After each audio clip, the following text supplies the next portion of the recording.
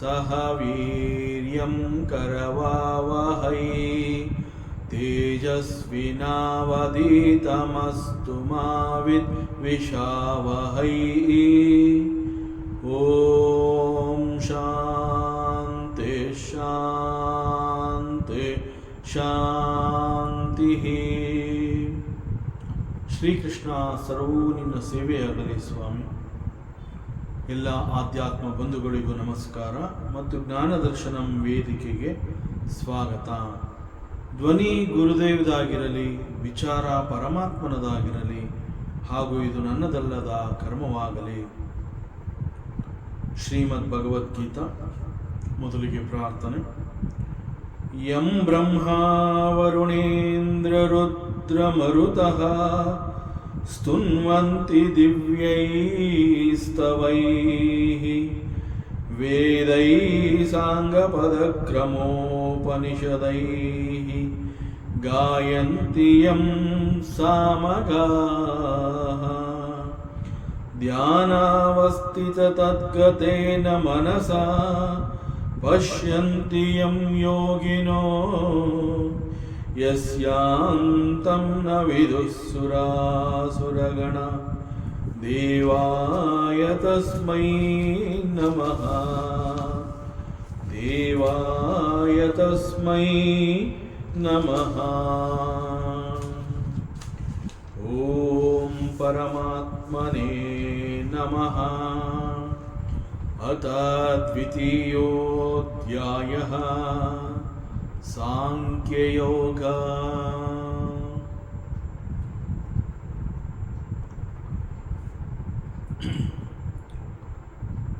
ಸಮಚಿತ್ತತೆಯನ್ನು ಕುರಿತು ಪರಮಾತ್ಮ ಹೇಳ್ತಾನೆ. ಸುಖ ದುಃಖೆ ಸಮೇ ಕೃತ್ವಾ ಲಾಭಾಲಾಭೌ ಜಯಾಜಯೌ ತತೋ ಯುದ್ಧಾಯ ಯುಜ್ಯಸ್ವ ನೈವಂ ಪಾಪಮವಾಪ್ಯಸಿ. ಸಾಮಾನ್ಯವಾಗಿ ಸರ್ಟನ್ ಥಿಂಗ್ಸ್ ಇನ್ ಲೈಫ್, ಅವುಗಳು ನಮ್ಮ ಜೀವನದಲ್ಲಿ ಬಂದಾಗ ಅವುಗಳನ್ನು ನಾವು ಅನುಭವಗಳು ಅಂತ ಹೇಳ್ತೀವಿ. They are called the experiences. 3 ನಿರ್ದಿಷ್ಟವಾದಂತಹ ಅನುಭವಗಳು ಆಗುತ್ತೆ.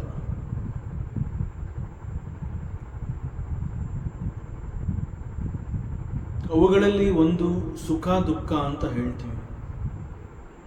ಅವೆರಡರ ಅನುಭವನು ನಮಗೆ ಆಗತ್ತೆ. ಈಗಾಗಲೇ ಸಾಕಷ್ಟು ಬಾರಿ ಆಗಿದೆ, ಆಗ್ತಾನೆ ಇರುತ್ತೆ. ಅದು ಸುಖ ಮತ್ತು ದುಃಖ.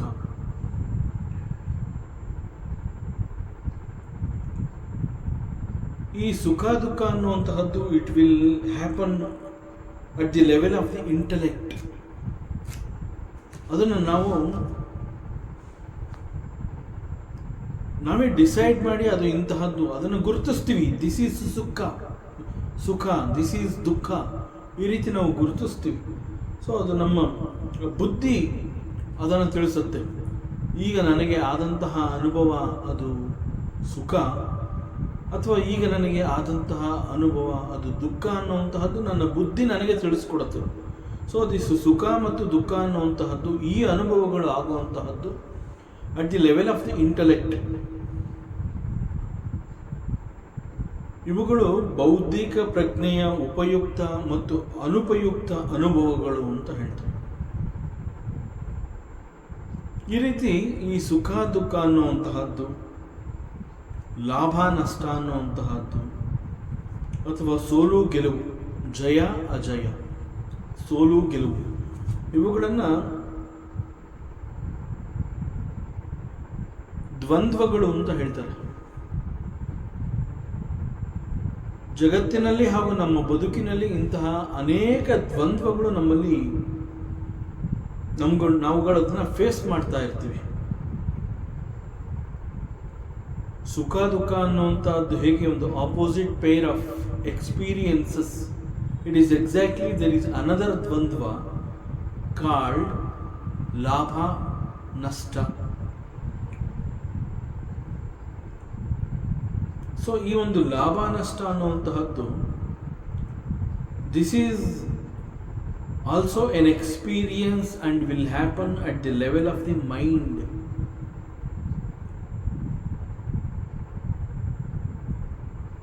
ಅದೇ ರೀತಿ there is one more pair. It is called ಸೋಲು ಮತ್ತು ಗೆಲುವು. ಇವುಗಳು this will happen at the level of the body. So one experience will happen at the level of the intellect, another one at the level of the mind, and one more experience will happen at the level of the body. So ದೇಹ, ಮನಸ್ಸು ಮತ್ತು ಬುದ್ಧಿ ಈ ಒಂದು ಮಟ್ಟದಲ್ಲಿ ಇಂತಹ ಕೆಲವು ಅನುಭವಗಳನ್ನು ನಾವು ಗಳಿಸ್ಕೋತೀವಿ. ಹೀಗೆ ಈ ಎಲ್ಲ ರೀತಿಯ ದ್ವಂದ್ವಗಳ ಅನುಭವದ ಸಮಯದಲ್ಲಿ ಅದು ಏನೇ ಆಗಿರಬಹುದು. ಈಗ ಸುಖ ದುಃಖ ಅಂತ ಹೇಳಿದಾಗ ಅದು ಸುಖ ಬೇಕಾದ್ರೂ ಆಗಿರಬಹುದು, ಅದರಂತೆ ದುಃಖದ ಅನುಭವಗಳು ಕೂಡ ಆಗ್ತಾ ಇರಬಹುದು. ಸೊ ಬೌದ್ಧಿಕ ಮಟ್ಟದಲ್ಲಿ ನಡೀತಾ ಇರುವಂತಹ ಈ ಒಂದು ಎಕ್ಸ್ಪೀರಿಯನ್ಸ್ಗಳು ನಾವು ಅನುಭವಿಸ್ತಾ ಇರುವಂತಹ ಆ ಸಮಯದಲ್ಲಿ ಪರಮಾತ್ಮ ಏನು ಹೇಳ್ತಾರೆ ಅಂತಂದರೆ, ಸಮಚಿತ್ತತೆಯನ್ನು ನೀನು ಕಾಪಾಡ್ಕೋಬೇಕು.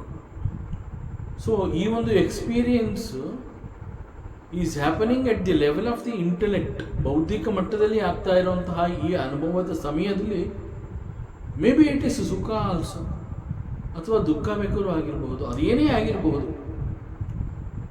ಸುಖ ಆಗಿದ್ರೂ ಅಷ್ಟೇ, ದುಃಖ ಆಗಿದ್ರೂ ಅಷ್ಟೇ. ಸುಖ ಅಂತ ಹೇಳಿ ನೀನು ಹಿಗ್ಗುವಂತಹ ಅವಶ್ಯಕತೆ ಇಲ್ಲ, ಅದೇ ರೀತಿ ದುಃಖ ಅಂತ ಹೇಳಿ ನೀನು ಕುಗ್ಗುವಂತಹದ್ದು ಇಲ್ಲ, ಅವೆರಡೂ ಇಲ್ಲ. ಸಮಚಿತ್ತತೆಯನ್ನು ನೀನು ಕಾಪಾಡ್ಕೋಬೇಕು.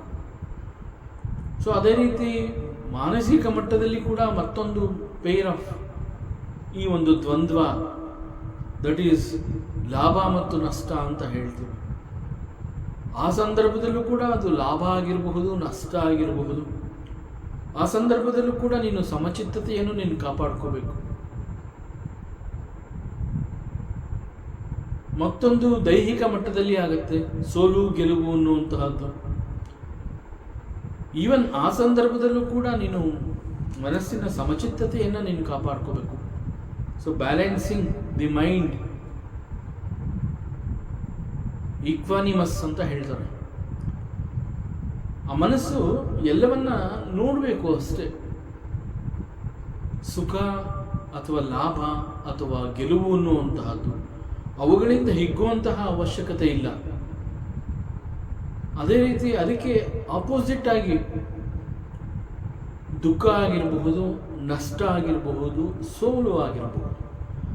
ಆ ಸಂದರ್ಭದಲ್ಲೂ ಕೂಡ ನೀನು ಕುಗ್ಗೋ ಹಾಗಿಲ್ಲ.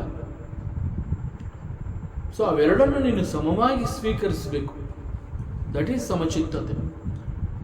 ಅಂಡ್ ಅದನ್ನು ಸ್ವೀಕರಿಸಬೇಕು ಅಂತ ಯಾಕೆ ಹೇಳ್ತಾ ಇದ್ದೀನಿ ಅಂತಂದರೆ, ಸರ್ಟನ್ ಟೈಪ್ಸ್ ಆಫ್ ಎಕ್ಸ್ಪೀರಿಯನ್ಸಸ್, ಜೀವನದ ಕೆಲವು ಅನುಭವಗಳು ನನಗೆ ಅನೇಕ ರೀತಿಯ ಪಾಠವನ್ನು ಕಲಿಸಬೇಕು ಅಂತಲೇ ಅದು ಬಂದಿರುತ್ತೆ, ಬೇರೆ ಇನ್ನೇನೂ ಅಲ್ಲ ಅದು. ಸೊ ಈ ಸಂದರ್ಭದಲ್ಲಿ ನನಗೆ ಇದು ಬೇಡ ಅಂತ I cannot reject it.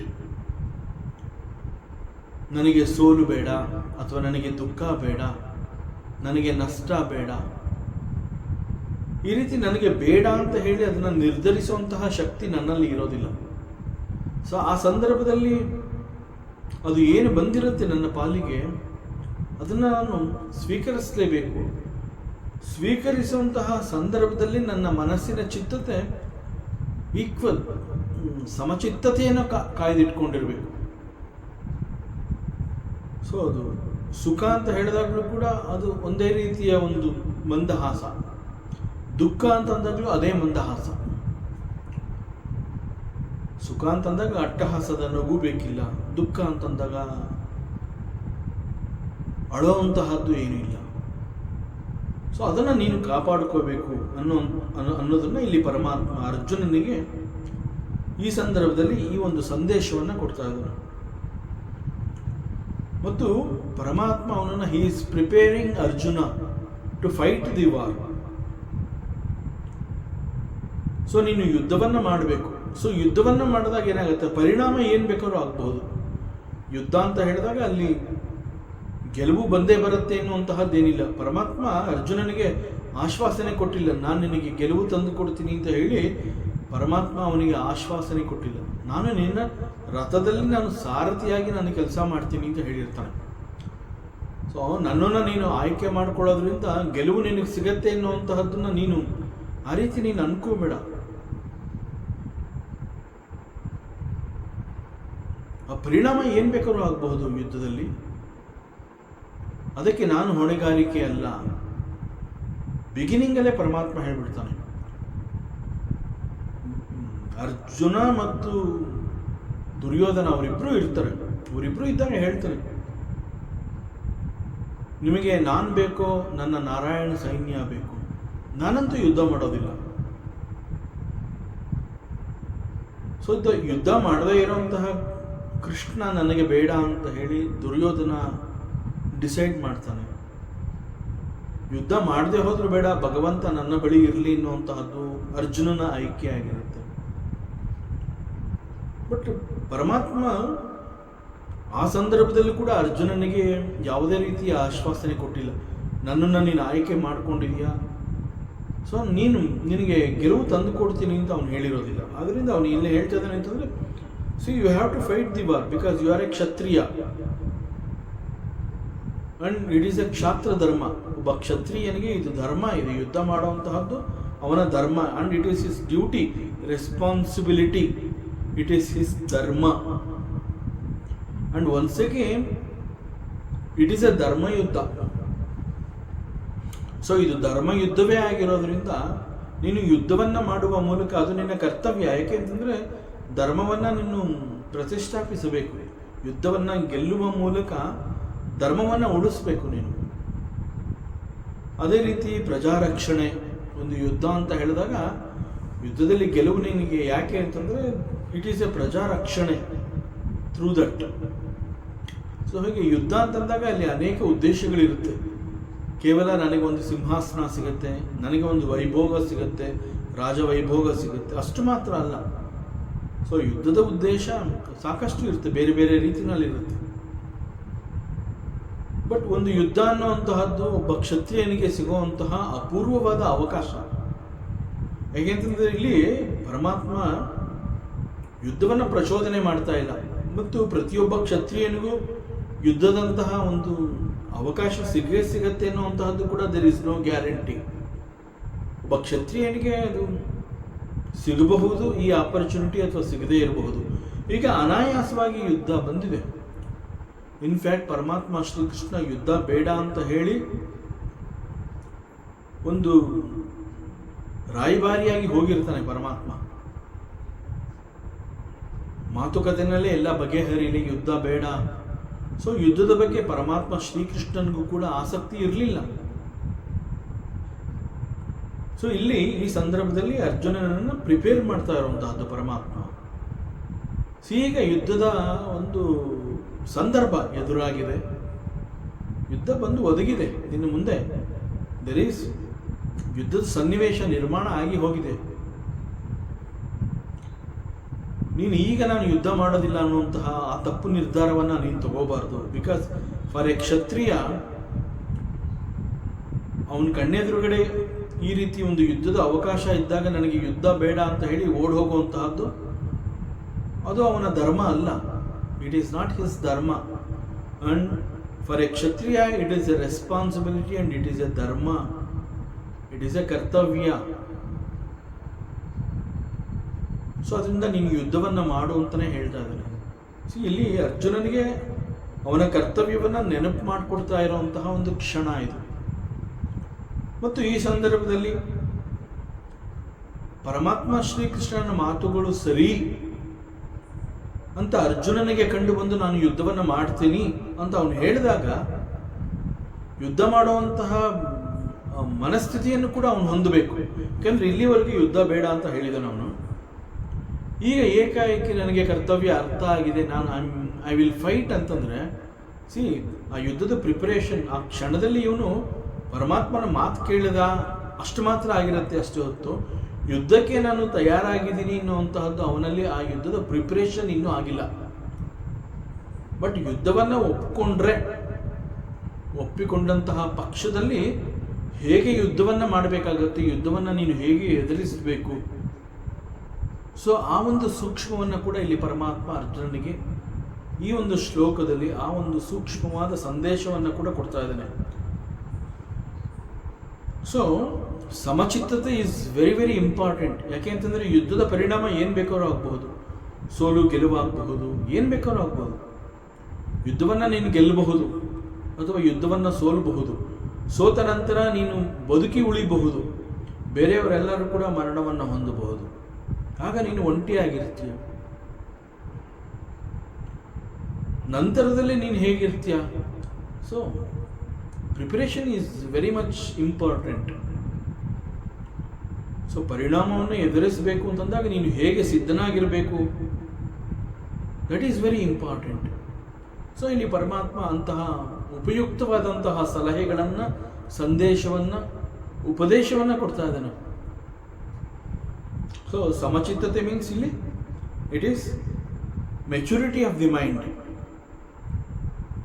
Maturity of the mind ಅಂತಂದರೆ we have to understand it like this. ಸುಖ ದುಃಖ ಇದೆಲ್ಲ ಯುದ್ಧದ ಪರಿಣಾಮ. ಸುಖ ದುಃಖ, ಲಾಭ ನಷ್ಟ, ಸೋಲು ಗೆಲುವು, ಇವು ಬದುಕಿನ ಯುದ್ಧದ ಅಲ್ಲೂ ಕೂಡ ಇದೇ ಅದರ ಸ್ವಭಾವ. ಇಲ್ಲಿ ಯುದ್ಧ ಅಂತಂದಾಗ ಎರಡು ರೀತಿಯ ಯುದ್ಧ. ಒಂದು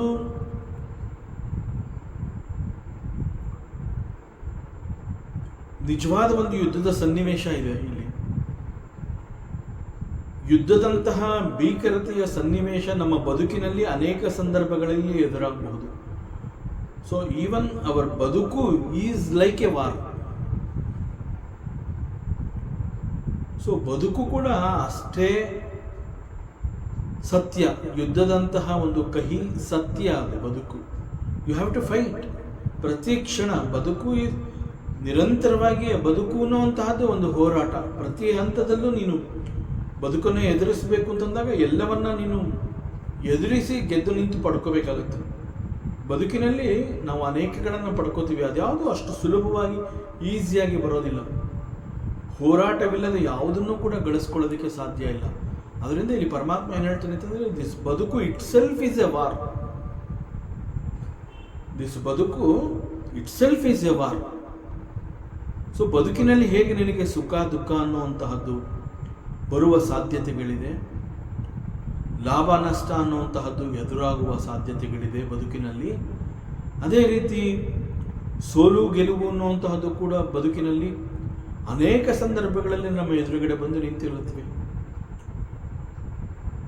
ನಾವು ಹೇಳ್ತೀವಿ ನಾನು ಸೋತು ಹೋಗ್ಬಿಟ್ಟೆ ಅಂತ ಹೇಳ್ತೀವಿ, ಅಥವಾ ನಾನು ಗೆದ್ದೆ ನಾನು ಲೈಫಲ್ಲಿ ಅಂತ ಕೂಡ ಹೇಳ್ಕೊತೀವಿ.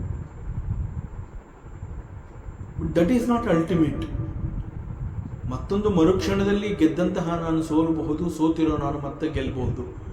ಸೊ ಬದುಕಿನಲ್ಲಿ ಈ ಒಂದು ಯುದ್ಧ ನಿರಂತರವಾಗಿ ಎದುರಾಗ್ತಾನೆ ಇರುತ್ತೆ. ಆದರೆ ಇಲ್ಲಿ ಪರಮಾತ್ಮ ನಿಜವಾದ ಒಂದು ಯುದ್ಧದ ಸನ್ನಿವೇಶವನ್ನು ಅರ್ಜುನನಿಗೆ ತೋರಿಸಿ ಹೇಳ್ತಾ ಇದ್ದಾನೆ. ನೋಡಪ್ಪ, ಇಲ್ಲಿ ನಿನ್ನ ಕಣ್ಣೆದುರುಗಡೆ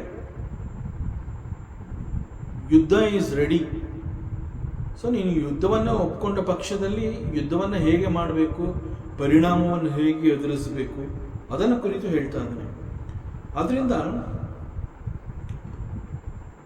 ಬದುಕಿನಲ್ಲಿ ಇಂತಹದ್ದೆಲ್ಲ ಬರುತ್ತೆ. ಅದೇ ರೀತಿ ಯುದ್ಧ ಅಂತ ಹೇಳಿದಾಗ ಅದರ ಮುಂದಿನ ಪರಿಣಾಮಗಳು ಕೂಡ ಏನು ಬೇಕಾದ್ರೂ ಆಗಿರ್ಬೋದು. ಸುಖ ದುಃಖ ಆಗಿರಬಹುದು, ಸೋಲು ಗೆಲುವು ಆಗಿರಬಹುದು, ಲಾಭ ನಷ್ಟ ಆಗಿರಬಹುದು.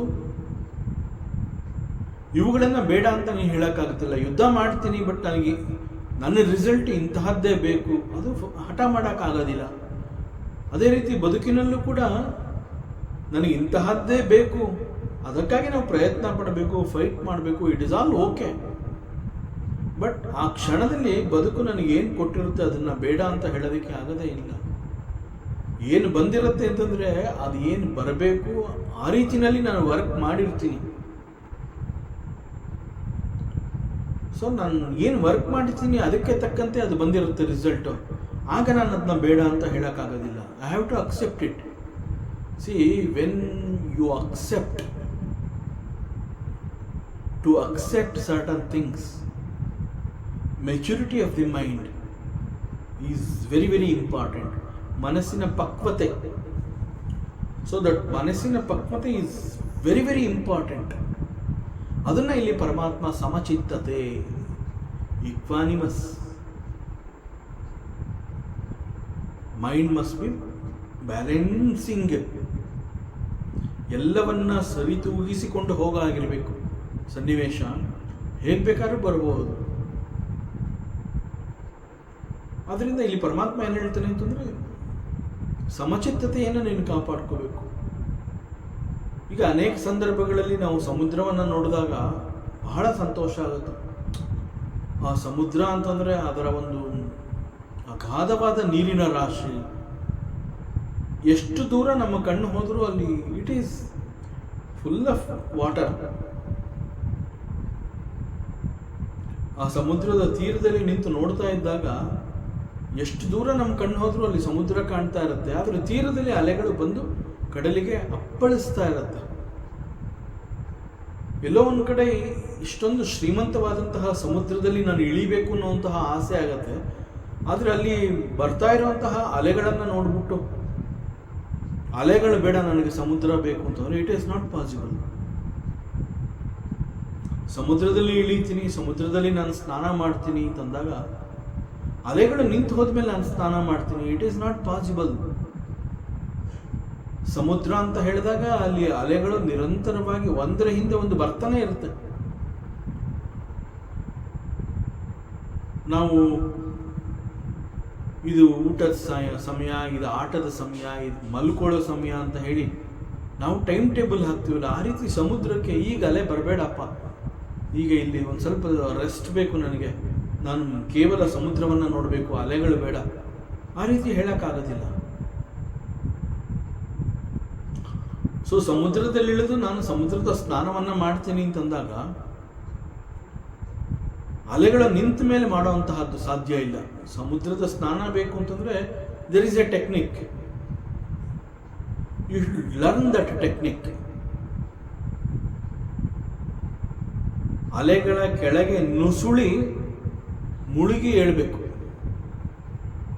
ಅಲೆಗಳು ಹೊರಟೋಗುತ್ತೆ. ನಾವು ಯಾವಾಗ ಸಮುದ್ರದಲ್ಲಿ ಇಳಿದು ಅಲೆಗಳಿಗಿಂತ ಕೆಳಗಡೆ ನಾವು ಹೋಗ್ತೀವಿ, ನಮ್ಮ ಮೇಲೆ ಅಲೆಗಳು ಪಾಸ್ ಆಗಿ ಹೊರಟೋಗುತ್ತೆ. ಸೊ ಅಲೆಗಳ ಕೆಳಗೆ ನುಸುಳುವಂತಹ ಒಂದು ಟೆಕ್ನಿಕ್ನ ನಾವು ಕಲ್ತ್ಕೋಬೇಕು.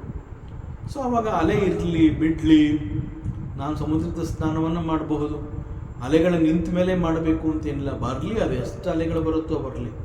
ಐನೋ ನಾನು ಸಮುದ್ರದ ಅಲೆಗಳ ಕೆಳಗೆ ನುಸುಳಿ ನಾನು ಸ್ನಾನವನ್ನು ಮಾಡ್ತೀನಿ, ಬಿಕಾಸ್ ಐ ಹ್ಯಾವ್ ಅದನ್ನು ಕಲ್ತ್ಕೊಂಡಿದ್ದೀನಿ, ಆ technique, I know that technique.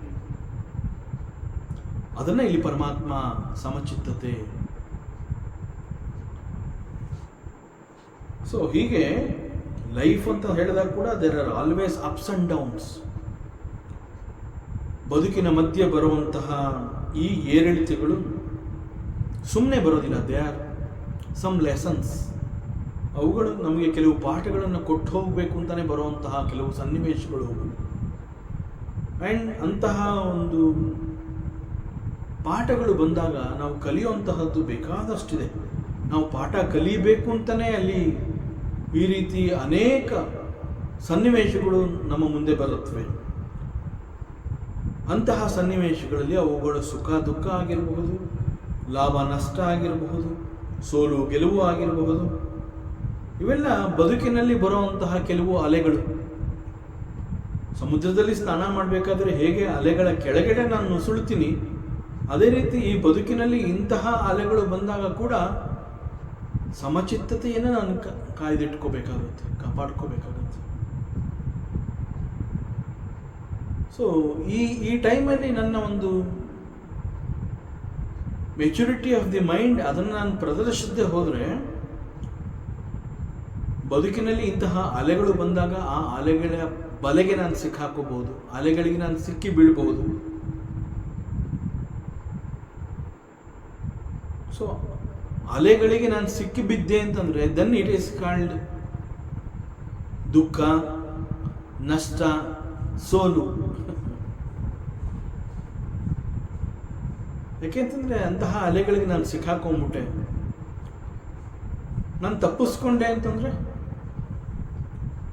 ಅದರಿಂದ ಸಮುದ್ರದ ಮಧ್ಯೆ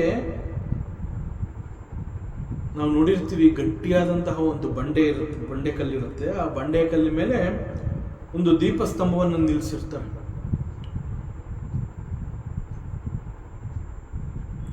ಯಾವ ಅಲೆಗಳು ಕೂಡ ಆ ದೀಪಸ್ತಂಭವನ್ನು ಏನೂ ಮಾಡೋದಕ್ಕೆ ಸಾಧ್ಯ ಇಲ್ಲ.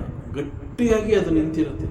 ಎಷ್ಟೇ ದೊಡ್ಡ ಅಲೆಗಳು ಬರಲಿ, ಎಷ್ಟೇ ಫೋರ್ಸ್ ಆಗಿ ಬರಲಿ, ಎಲ್ಲವನ್ನು ಅದು ವಿಟ್ನೆಸ್ ನೋಡ್ತಾ ಇರುತ್ತೆ.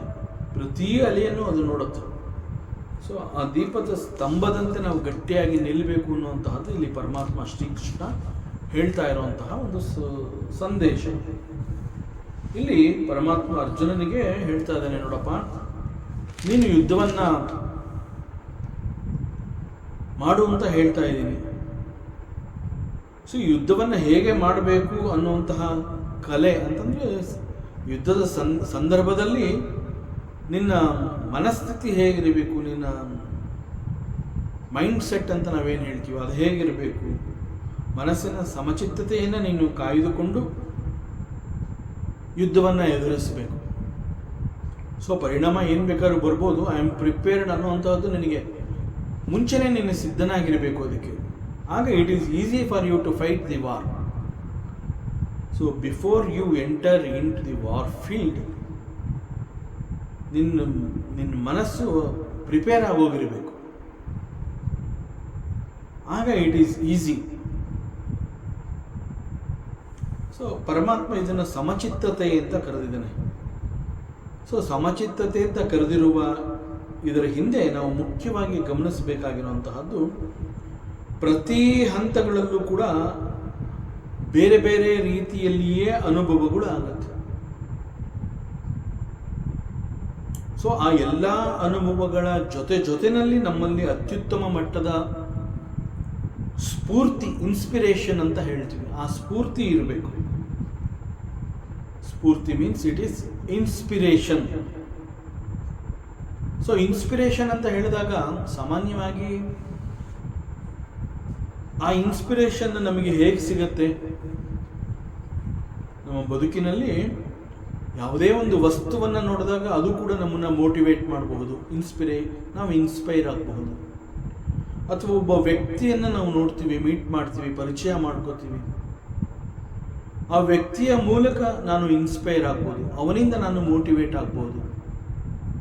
ಅಥವಾ ಕೆಲವೊಮ್ಮೆ ನನ್ನ ಬದುಕಿನಲ್ಲಿ ನನಗೆ ಕೆಲವೊಂದು ರೀತಿಯ ಸನ್ನಿವೇಶ, ಸಿಚುಯೇಷನ್ ನಾವು ಹೇಳ್ತೀವಿ, ನನ್ನ ಲೈಫಲ್ಲಿ ಅಂತಹ ಒಂದು ಘಟನೆ ನಡೀತು, ಐ ಆಮ್ ವೆರಿ ಸ್ಟ್ರಾಂಗ್ ಅಂತಂದರೆ, ಒಂದು ಘಟನೆ ಕೂಡ ನನ್ನನ್ನು ಇನ್ಸ್ಪೈರ್ ಮಾಡ್ಬೋದು ಅಥವಾ ಮೋಟಿವೇಟ್ ಮಾಡ್ಬೋದು. ಸೊ ಒಂದು ವಸ್ತು, ಒಂದು ವ್ಯಕ್ತಿ ಅಥವಾ ಒಂದು ಸನ್ನಿವೇಶ ಯಾವುದು ಬೇಕಾದರೂ ನನ್ನನ್ನು ಇನ್ಸ್ಪೈರ್ ಮಾಡಬಹುದು. ಸೊ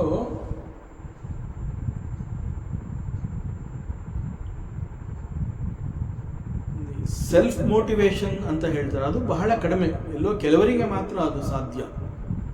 ಅದರ್ವೈಸ್ ಇನ್ಸ್ಪಿರೇಷನ್ ಅಂತಂದಾಗ we depend on others and other things and certain situations ಸಾಮಾನ್ಯವಾಗಿ. ಅದಕ್ಕೆ ನಾವು ಅನೇಕರಿಂದ ನಾವು ಕಲಿಯುವಂತಹದ್ದಿದೆ. ಸೊ ಪ್ರತಿ ಹಂತದಲ್ಲೂ ನಾವು ಕಲಿಯುವಂತಹದ್ದು ನಮಗೆ ಸಾಕಷ್ಟು ಸಿಗತ್ತೆ. ಓನ್ಲಿ ವೆರಿ ಫ್ಯೂ ಪೀಪಲ್ ಅವರೆಲ್ಲ ಸೆಲ್ಫ್ ಮೋಟಿವೇಟೆಡ್. ಸೊ ಹೀಗೆ ಸಾಮಾನ್ಯವಾಗಿ ನಮ್ಮ ವೇದಾಂತ ಏನು ಹೇಳುತ್ತೆ ಅಂತಂದರೆ, this is the experience of our ಪ್ರಾಚೀನ ಋಷಿ ಮುನಿಗಳು. ಅವರು ಕಂಡುಕೊಂಡಂತಹ ಕೆಲವು ಸತ್ಯ. ಸಾಮಾನ್ಯವಾಗಿ ನಾವು ನಮ್ಮ ಪ್ರಾಚೀನ ಋಷಿ ಮುನಿಗಳು ಅಂತಂದಾಗ ಅವರೆಲ್ಲೋ ಕಾಡಲ್ಲಿ, ಪರ್ವತಗಳಲ್ಲಿ, ಗುಹೆಗಳಲ್ಲಿ ಅವ್ರು ಕೂತ್ಕೊಂಡು ತಪಸ್ಸು ಮಾಡ್ತಾರೆ. ಸೊ ಅವ್ರು ಏನು ತಪಸ್ಸು ಮಾಡ್ತಾರೆ ಅಂತಂದರೆ, ಸರ್ಟನ್ ರಿಯಾಲಿಟೀಸ್ ಅದನ್ನು ತಿಳ್ಕೋಬೇಕು ಅನ್ನುವಂತಹದ್ದು ಅವರ ಮುಖ್ಯವಾದ ಉದ್ದೇಶ ಆಗುತ್ತೆ. ರಿಯಾಲಿಟೀಸ್ ಆಫ್ ದಿ ಲೈಫ್ ಅದು ಅವರಿಗೆ ಗೊತ್ತಾಗಬೇಕು. ಸೊ ಅದು ಗೊತ್ತಾಗೋದ್ರಿಂದ ಅವ್ರಿಗೇನು ಉಪಯೋಗ ಅಂತಂದರೆ ಅದನ್ನು ನಮ್ಮಂತಹ ಅನೇಕರಿಗೆ ಅವ್ರು ಹಂಚ್ತಾರೆ. So that is their contribution. ಇವತ್ತು ನಮಗೆ ಋಷಿ ಮುನಿಗಳು ಹಂಚಿರುವಂತಹ ಈ ಒಂದು ಜ್ಞಾನ, it's a wonderful contribution by our ಪ್ರಾಚೀನ ಋಷಿ ಮುನಿಗಳು. ಸೊ ಅವರು ಕಂಡುಕೊಂಡಂತಹ ಸತ್ಯ ಅಬೌಟ್ ದಿಸ್ ಇನ್ಸ್ಪಿರೇಷನ್ ಹೇಗೆ ಅಂತಂದರೆ, ಅವ್ರು ಹೇಳ್ತಾರೆ, ಯಾವಾಗ ಮನುಷ್ಯ ತನ್ನಲ್ಲಿರುವಂತಹ ಆತ್ಮನೊಡನೆ ತಾದಾತ್ಮ್ಯ ಭಾವವನ್ನು ಹೊಂದುತ್ತಾನೆ, ಆಗ he becomes immediately inspired.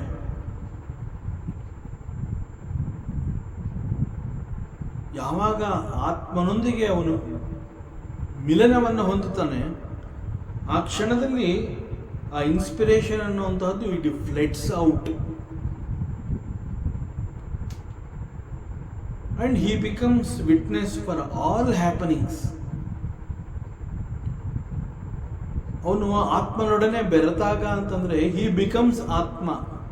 So ಆತ್ಮ ಅಂತಂದಾಗ ಏನು? He is witness principle. Atma means it is witness principle. So ಯಾವಾಗ ಒಬ್ಬ ಜೀವಾತ್ಮ ತನ್ನ ನಿರಂತರವಾದ ಸಾಧನೆಯ ಮೂಲಕ ಆತ್ಮನೊಂದಿಗೆ ತಾದಾತ್ಮ ಭಾವವನ್ನು ಹೊಂದುತ್ತಾನೆ. ಇನ್ಫ್ಯಾಕ್ಟ್ ನಮ್ಮೆಲ್ಲರ ಸಾಧನೆ ಅಂತ ನಾವು ಹೇಳಿ ಏನು ಈ ಆಧ್ಯಾತ್ಮವನ್ನು ಆಯ್ಕೆ ಮಾಡ್ಕೋತೀವಿ, ಇಲ್ಲಿ ಮುಖ್ಯವಾದ ಉದ್ದೇಶ ಏನು ಅಂತಂದ್ರೆ ಜೀವ ಮತ್ತು ಬ್ರಹ್ಮ ಅವೆರಡರ ಐಕ್ಯ, that is to be experience, that has to happen, that is called realization. That is realization.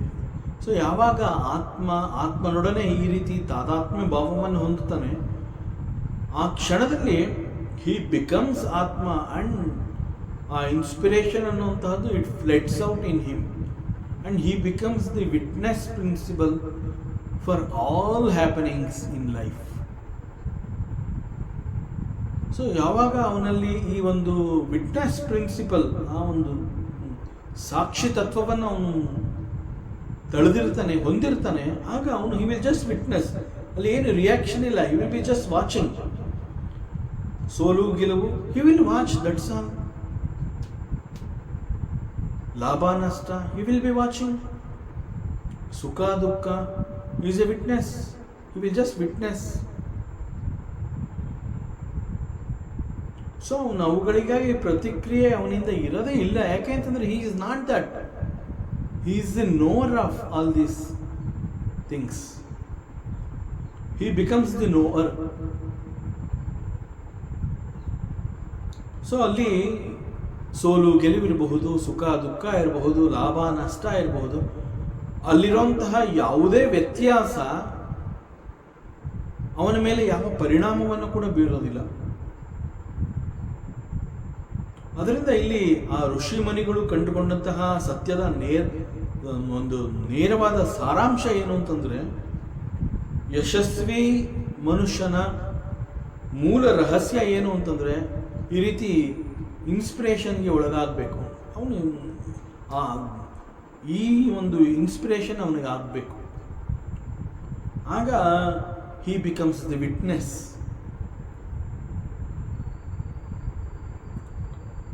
So ಇಲ್ಲಿ ಪರಮಾತ್ಮ ಹೇಳ್ತಾ ಇದ್ದಾನೆ, ಸಮಸ್ಯೆಗಳನ್ನು ಎದುರಿಸುವಾಗ ಮನುಷ್ಯ ಸಮಚಿತ್ತತೆಯನ್ನು ಹೊಂದಿರಬೇಕು. ಅದರಂತೆ ನಿನಗೆ ಯುದ್ಧಕ್ಕೆ ನೀನು ಪ್ರಿಪೇರ್ ಆಗಿ ಯುದ್ಧವನ್ನು ಮಾಡುವಂತಹ ಸಂದರ್ಭದಲ್ಲಿ ನೀನು ಕೂಡ ಈ ಸಮಚಿತ್ತತೆಯನ್ನು ಹೊಂದಿರಬೇಕು. So it is easy for you to face the situation. So ಯುದ್ಧವನ್ನು ನೀನು ಬಹಳ ಸೊಗಸಾಗಿ ಯುದ್ಧವನ್ನು ಮಾಡಬಹುದು, ಸ್ಟ್ರೆಸ್ ಇರೋದಿಲ್ಲ. So it is easy to face the situation. ಅದನ್ನು ಇಲ್ಲಿ ಭಗವಂತ ಹೇಳ್ತಾ ಇದ್ದಾನೆ. ಯಾವುದೇ ಒಂದು ಸಮಸ್ಯೆ ಎನ್ನುವಂತಹದ್ದು ಎದುರಾದಾಗ ಅದನ್ನು ಬೌದ್ಧಿಕ ಮಟ್ಟ, ಮಾನಸಿಕ ಮಟ್ಟ ಮತ್ತು ಶಾರೀರಿಕ ಮಟ್ಟದಿಂದ you have to measure. But ಇಲ್ಲಿ ದ ಪ್ರಾಬ್ಲಮ್ ವಿತ್ ಅರ್ಜುನ, ಆ ಯುದ್ಧ ಭೂಮಿಯಲ್ಲಿ ಅವನೇನು ಮಾಡ್ತಾನೆ, ಎರಡೂ ಸೈನ್ಯಗಳ ಮಧ್ಯೆ ರಥವನ್ನು ನಿಲ್ಲಿಸು, ನಾನು ನೋಡಬೇಕು ಯಾರ್ಯಾರು ಬಂದಿದ್ದಾರೆ, ಯುದ್ಧವನ್ನು ಮಾಡಬೇಕು ಅಂತ ಹೇಳಿ ಯಾರ್ಯಾರು ಈ ಒಂದು ಯುದ್ಧ ಭೂಮಿಗೆ ಆಗಮಿಸಿದ್ದಾರೆ ಅವರೆಲ್ಲರನ್ನ ನಾನು ನೋಡಬೇಕು. ಅದರಲ್ಲೂ ಪಾಂಡವರ ವಿರುದ್ಧವಾಗಿ ಯುದ್ಧವನ್ನು ಮಾಡಬೇಕು ಅಂತ ಬಂದು ಕೌರವರ ಜೊತೆ ಸೇರಿಕೊಂಡಿದ್ದಾರಲ್ಲ, ಅವರೆಲ್ಲ ಯಾವ ರೀತಿಯ ವೀರರು. ಸೊ ದಟ್ ಪ್ರತಿತಂತ್ರವನ್ನು ಹೆಣೆಯೋದಕ್ಕೆ ನನಗೆ ಅನುಕೂಲ ಆಗುತ್ತೆ. ಅದೇ ರೀತಿ ನಮ್ಮ ಸೈನ್ಯದಲ್ಲೂ ಕೂಡ ಯಾರ್ಯಾರು ಕಲಿಗಳಿದ್ದಾರೆ ಅವರನ್ನು ಕೂಡ ನಾನು ನೋಡ್ತೀನಿ. ಸೊ ಯಾರ್ಯಾರಿಗೆ ಏನೇನು ಜವಾಬ್ದಾರಿಯನ್ನು ನಾನು ಕೊಡಬಹುದು. ಸೊ ನಾನು ಇಲ್ಲಿ ಯುದ್ಧದ ಸನ್ನಿವೇಶವನ್ನು ನಾನು ನೋಡಬೇಕು. ಅದರಿಂದ ಯುದ್ಧ ಭೂಮಿಯಲ್ಲಿ ಎರಡೂ ಸೈನ್ಯಗಳ ಮಧ್ಯದಲ್ಲಿ ರಥವನ್ನು ತಗೊಂಡು ಹೋಗಿ ನಿಲ್ಲಿಸು ಅಂತ ಅರ್ಜುನನೇ ಕೇಳಿಕೊಂಡಿರ್ತಾನೆ ಪರಮಾತ್ಮನನ್ನ. ಅದರಂತೆ ಪರಮಾತ್ಮ ರಥವನ್ನು ಎರಡೂ ಸೈನ್ಯಗಳ ಮಧ್ಯೆ ನಿಲ್ಲಿಸಿರ್ತಾನೆ. ಅರ್ಜುನನ ಕಣ್ಣಿಗೆ ನೇರವಾಗಿ ಭೀಷ್ಮಾಚಾರ್ಯ, ದ್ರೋಣಾಚಾರ್ಯ, ಕೌರವಾದಿಗಳೆಲ್ಲ ಕಾಣಿಸ್ತಾರೆ. ಆ ರೀತಿ ಅಂತಹ ಒಂದು ಪೊಸಿಷನ್ನಲ್ಲಿ ರಥ ಬಂದು ನಿಂತಿರುತ್ತೆ. ಅರ್ಜುನ ಇವರೆಲ್ಲರನ್ನ ನೋಡ್ತಾನೆ. ನೋಡಿದ ಕೂಡಲೇ ಅವನಿಗೆ ಯುದ್ಧದಲ್ಲಿ ಶತ್ರುಗಳನ್ನು ನೋಡಿದಾಗ ಅವರಲ್ಲಿ ಸಂಬಂಧವನ್ನು ಗುರುತಿಸ್ಬಿಟ್ಟ. That is the mistake Arjuna did. ಎದುರಾಳಿಗಳನ್ನು ನೋಡಿದಾಗ ಅವರುಗಳನ್ನು ಇವನ ಶತ್ರುಗಳು ಅಂತ ಭಾವಿಸಬೇಕಾಗಿತ್ತು. ಆದರೆ ಎದುರಾಳಿಗಳನ್ನು ನೋಡಿದಾಗ, ಓ, ಹೀ ಈಸ್ ಮೈ ತಾತ, he is Bhishmacharya, he is my grand father. ಅವ್ರ ಜೊತೆ ನಾನು ಹೇಗೆ ಯುದ್ಧವನ್ನು ಮಾಡಲಿ? ತಾತ ಮೊಮ್ಮಗರ ಸಂಬಂಧ ಇದೆ ನಮ್ಮಿಬ್ಬರ ಮಧ್ಯದಲ್ಲಿ, ಅವರ ವಿರುದ್ಧ ನಾನು ಹೇಗೆ ಯುದ್ಧವನ್ನು ಮಾಡಲಿ? ಅಂಡ್ ಪಕ್ಕದಲ್ಲಿ ಈಸ್ ಗುರು ದ್ರೋಣಾಚಾರ್ಯ ಈಸ್ ದೇರ್. ನನಗೆ ಯುದ್ಧ ಕಲೆಯನ್ನ, ಬಿಲ್ಲು ವಿದ್ಯೆಯನ್ನು ಹೇಳ್ಕೊಟ್ಟವರೇ ಅವರು. ಈಗ ನಾನು ಅವ್ರ ವಿರುದ್ಧ ಯುದ್ಧವನ್ನು ಮಾಡಬೇಕಾ? It is impossible. ಗುರು ವಿರುದ್ಧ ಹೇಗೆ ಯುದ್ಧವನ್ನು ಮಾಡೋದು? He is my Guru, he is my teacher. And ಈ ಕೌರವಾದಿಗಳು ನನ್ನ ದೊಡ್ಡಪ್ಪನ ಮಕ್ಕಳು, ನನ್ನ ಅಣ್ಣ ತಮ್ಮಂದ್ರುಗಳು, ಇವ್ರನ್ನೆಲ್ಲ ನಾನು ಕೊಲ್ಲಬೇಕಾ? ಇವರೆಲ್ಲ ನನ್ನ ಸಂಬಂಧಿಗಳು. ಸಂಬಂಧಿಗಳನ್ನು ಯುದ್ಧದಲ್ಲಿ ಕೊಂದು ನಾನು ರಾಜ್ಯವನ್ನು ಗಳಿಸ್ಕೊಳ್ಳುವಂತಹ ಅವಶ್ಯಕತೆ ಇಲ್ಲ. So because of this wrong thinking, this is how he understood, Arjuna understood the situation in a wrong way, in a wrong sense. ಶತ್ರುಗಳನ್ನ ಸಂಬಂಧಿಗಳು ಅಂತ ಅವನು ಕರೆದ. ಬಟ್ ದ್ರೋಣಾಚಾರ್ಯರಾಗಲಿ, ಭೀಷ್ಮಾಚಾರ್ಯರಾಗಲಿ ಅಥವಾ ಕೌರವಾದಿಗಳಾಗಲಿ ಇದೇ ಅರ್ಜುನನ್ನ ಅವರು ಕೂಡ ಆ ದಿಕ್ಕಿನಿಂದ ಇವನನ್ನ ನೋಡಿದಾಗ ಅರ್ಜುನನನ್ನ ನನ್ನ ಸಂಬಂಧಿ ಅಂತ ಅವ್ರು ಯಾರು ಹೇಳಲಿಲ್ಲ. ಹಿ ಈಸ್ ಮೈ ಶತ್ರು. ಅವರು they are ready to fight. ಅವರಲ್ಲಿ ಯಾರಲ್ಲೂ ಕೂಡ ಆ ವಿಚಲಿತೆ ಅನ್ನುವಂತಹದ್ದು ಉಂಟಾಗಲೇ ಇಲ್ಲ. ಆಗಿದ್ದು ಇಲ್ಲಿ ಅರ್ಜುನನಿಗೆ ಮಾತ್ರ ಸಮಸ್ಯೆ ಉಂಟಾಗಿದ್ದು, ಕೇವಲ ಅರ್ಜುನನಿಗೆ ಮಾತ್ರ. Because this Arjuna, he misunderstood the situation. So he did not understand the situation properly. So ಶತ್ರುಗಳನ್ನು ಸಂಬಂಧಿಗಳು ಅಂತ ಕರೆದ. ಅದು ಅವನಿಗೆ ಬಹಳ ದೊಡ್ಡ ಸಮಸ್ಯೆ ಆಯಿತು. ಬಿಕಾಸ್ ಆಫ್ ದಿಸ್ ಸಮಸ್ಯೆ, so because of this situation ಅವನು ಯುದ್ಧ ಮಾಡೋದಕ್ಕೆ ಅಸಮರ್ಥನಾದ. ಅವನು ಹೇಳ್ತಾನೆ, ನನ್ನ ಕೈಕಾಲುಗಳು ಕಂಪಿಸ್ತಾ ಇದೆ, ಬಿಲ್ಲು ಬಾಣಗಳು ನನ್ನ ತೋಳಿನಲ್ಲಿ ನಿಲ್ತಾ ಇಲ್ಲ, ಜಾರಿ ಬೀಳ್ತಾ ಇದೆ, ಜೊತೆಗೆ ನನಗೆ ನಿಂತ್ಕೊಳ್ಳೋಕ್ಕೆ ಶಕ್ತಿ ಇಲ್ಲ, ಇಡೀ ಶರೀರ ಕಂಪಿಸುತ್ತಾ ಇದೆ. ಸೊ ನಾನು ಯುದ್ಧ ಮಾಡೋದಿಲ್ಲ ಅಂತ ಹೇಳ್ತಾನೆ ಅರ್ಜುನ. ನಾನು ಯುದ್ಧ ಮಾಡೋದಿಲ್ಲ, ನನಗೆ ಯುದ್ಧ ಬೇಡ ಅಂತ ಹೇಳಿ ಬಿಲ್ಲು ಬಾಣಗಳನ್ನು ಕೆಳಗಡೆ ಇಟ್ಬಿಟ್ಟು ರಥದಲ್ಲಿ ಒಂದು ಪಕ್ಕದಲ್ಲಿ ಬಂದು ಕೂತ್ಕೊಂಡು ಅಳೋದಕ್ಕೆ ಪ್ರಾರಂಭ ಮಾಡ್ತಾನೆ. ಸೊ ಇದನ್ನ ಗುರುತಿಸ್ತಾನೆ ಪರಮಾತ್ಮ. ಸೊ ಪರಮಾತ್ಮ ಈ ಸೇಯಿಂಗ್, ಹೇ ಅರ್ಜುನ, ನೀನು ಯುದ್ಧವನ್ನು ಮಾಡು. ಯುದ್ಧವನ್ನು ಮಾಡುವಂತಹ ಸಮಯದಲ್ಲಿ ಮನಸ್ಸಿನ ಸಮಚಿತ್ತತೆಯನ್ನು ನೀನು ಕಾಪಾಡಿಕೋಬೇಕು.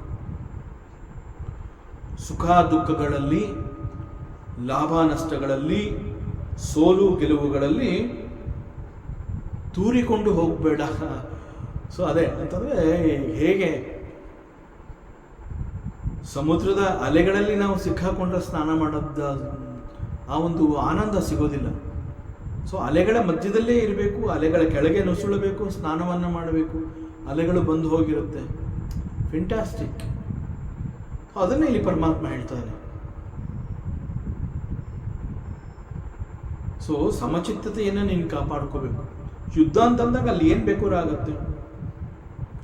ಸುಖ ದುಃಖ, ಲಾಭ ನಷ್ಟ, ಸೋಲು ಗೆಲುವು ಏನು ಬೇಕಾದ್ರೂ ಆಗ್ಬೋದು. ಅದು ಏನೇ ಆಗಿರಲಿ, ನೀನು ಅದರಲ್ಲಿ ತೂರ್ಕೊಂಡು ಹೋಗಬೇಡ. ಒಂದು ವೇಳೆ ಗೆಲುವು ಬಂತು ಅಂತ ಹೇಳಿ ನೀನು ಹಿಗ್ಗುವಂತಹ ಅವಶ್ಯಕತೆ ಇಲ್ಲ.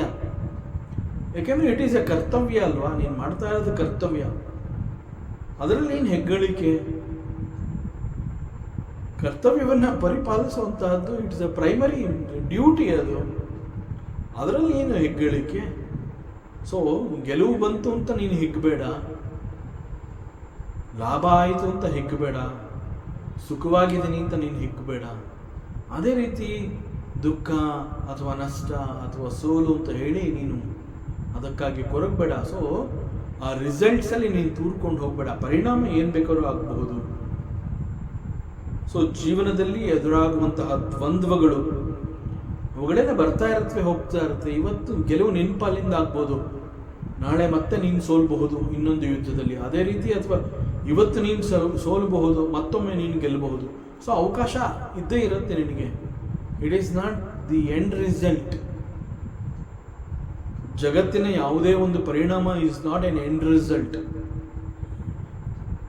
This is a very subtle information Paramatma is passing through to the entire mankind of this universe. He says, whatever ಈ ಜಗತ್ತಿನಿಂದ ನೀನು ಏನೆಲ್ಲವನ್ನ ನೀನು ಪಡ್ಕೋಬಹುದು is not the ultimate. There is always a chance that you are going to lose that. Or ಈಗಾಗಲೇ ನೀನಲ್ಲಿ ನಿನಗೆ ಸೋಲಿದ್ರೆ ಮತ್ತೆ ಇನ್ನೊಂದು ಚಾನ್ಸ್ ನಿನಗಿದೆ ಗೆಲ್ಲುವಂತಹದ್ದು. ಸೊ ಈ ಕ್ಷಣದಲ್ಲಿ ನಿನ್ನ ಅನುಭವಕ್ಕೆ ಏನು ಬಂದಿದೆ that is not the ultimate. So ಅದರಿಂದ ಈ ಸಂದರ್ಭದಲ್ಲಿ ನೀನು ಅದಕ್ಕಾಗಿ ನೀನು ಅವುಗಳ ಹಿಂದೆ ಅವುಗಳಿಂದ ನೀನು ತೂರಿಕೊಂಡು ಹೋಗಬೇಡ. ದೇ ಆರ್ ನಾಟ್ ಶಾಶ್ವತ. ಅದರಿಂದ ಬದುಕಿನ ನಿರ್ದಿಷ್ಟ ಕ್ಷೇತ್ರದಲ್ಲಿ ಕರ್ಮವನ್ನು ಮಾಡುವಂತಹ ಸಂದರ್ಭದಲ್ಲಿ ನೀನು ಶಾಂತವಾಗಿರು. ಶಾಂತವಾದ ಮನಸ್ಸಿನಿಂದ ನೀನು ಕರ್ಮವನ್ನು ಮಾಡು. ಸಮಸ್ಯೆಗಳನ್ನು ಎದುರಿಸುವಾಗ, ಕರ್ಮವನ್ನು ಮಾಡುವಾಗ, ಕರ್ತವ್ಯವನ್ನು ಡಿಸ್ಚಾರ್ಜ್ ಮಾಡುವಂತಹ ಸಂದರ್ಭದಲ್ಲಿ ಈಗಾಗಲೇ ನಿನ್ನಲ್ಲಿ ಸಂಗ್ರಹವಾಗಿರುವಂತಹ ಪೂರ್ವ ವಾಸನೆಗಳು ಅವೆಲ್ಲವೂ ಕ್ಷಯವಾಗತ್ತೆ. ವಾಸನಾಕ್ಷಯ ಅಂತ ಹೇಳ್ತಾರೆ. ಸೊ ಇನ್ಫ್ಯಾಕ್ಟ್ ವಾಸನಾಕ್ಷಯಕ್ಕಾಗಿ ನಾವೆಲ್ಲರೂ ಈ ಜಗತ್ತಿಗೆ ಬಂದಿರುವಂತಹದ್ದು ಈಸ್ ಅನದರ್ ಸೀಕ್ರೆಟ್. ನಾವು ಅನೇಕ ಸಂದರ್ಭದಲ್ಲಿ ನಮ್ಮನ್ನು ನಾವು ಪ್ರಶ್ನೆ ಮಾಡ್ಕೋತೀವಿ, ನಾನು ಯಾಕೆ ಹುಟ್ಟಿ ಬಂದೆ ಇಲ್ಲಿ ಅಂತ. ನಮಗೆ ಗೊತ್ತಿಲ್ಲ. ನಾವು ಯಾವುದೋ ಒಂದು ಸಮಸ್ಯೆ ಇರಬಹುದು, ಅಲ್ಲಿ ನಾವು ಸಿಕ್ಕಾಕೊಂಡಾಗ ನಾವು ನಮ್ಮನ್ನು ನಾವು ಪ್ರಶ್ನೆ ಮಾಡ್ಕೋತೀವಿ, ನಾನು ಯಾಕೆ ಹುಟ್ಟಬೇಕಾಯಿತು ಅಂತ. ಇನ್ಫ್ಯಾಕ್ಟ್ ನಾನು ಯಾಕೆ ಹುಟ್ಟಿದ್ದೀನಿ ಅಂತಂದರೆ ವಾಸನಾಕ್ಷಯಕ್ಕಾಗಿ. ಸೊ ಇಲ್ಲಿ ಪರಮಾತ್ಮ ಅದನ್ನೇ ಅರ್ಜುನನಿಗೆ ಹೇಳ್ತಾ ಇದ್ದಾನೆ. ಸೊ ಸಮಸ್ಯೆಗಳನ್ನು ಎದುರಿಸುವಾಗ, ಕರ್ತವ್ಯವನ್ನು ಮಾಡುವಾಗ, ಕರ್ಮವನ್ನು ಮಾಡುವಾಗ ನೀನು ಶಾಂತ ಚಿತ್ತನಾಗಿರು. ಯಾಕೆ ಅಂತಂದರೆ ಈ ರೀತಿ ಕರ್ಮವನ್ನು ಮಾಡುವ ಮೂಲಕವೇ ನಿನ್ನ ವಾಸನಾಗಳು ಕ್ಷಯವಾಗುವಂತಹದ್ದು. So in fact we all have come to this world. ಜನ್ಮ ಅಂತ ಹೇಳಿ ಜಗತ್ತಿಗೆ ನಾವು ಬಂದಿದ್ದೀವಲ್ಲ, it is for this purpose only. So ಈ ದೃಷ್ಟಿಯಿಂದ ನೋಡಿದಾಗ ಸಕಲ ಜೀವರಾಶಿಗಳು ಕೂಡ ಅವರವರ ಕರ್ಮರಾಶಿಯನ್ನು, ವಾಸನಾಗಳನ್ನು ಇವೆಲ್ಲವನ್ನ ಸಂಪೂರ್ಣವಾಗಿ ಕಳ್ಕೋಬೇಕು ಅಂತ ಹೇಳಿ ಈ ಜಗತ್ತಿಗೆ ಬಂದಿರುವಂತಹದ್ದು. So it is an opportunity. Janma is an opportunity. So ನಮಗೆ ಒಂದು ಜನ್ಮ ಸಿಕ್ಕಿದೆ ಅಂತಂದರೆ ಇಟ್ ಈಸ್ ಅನ್ ಆಪರ್ಚುನಿಟಿ. ಸಂಗ್ರಹವಾಗಿರುವಂತಹ ಅಷ್ಟೂ ಪೂರ್ವ ಕರ್ಮಗಳನ್ನು ನಾನು ಕಳ್ಕೋಬೇಕು.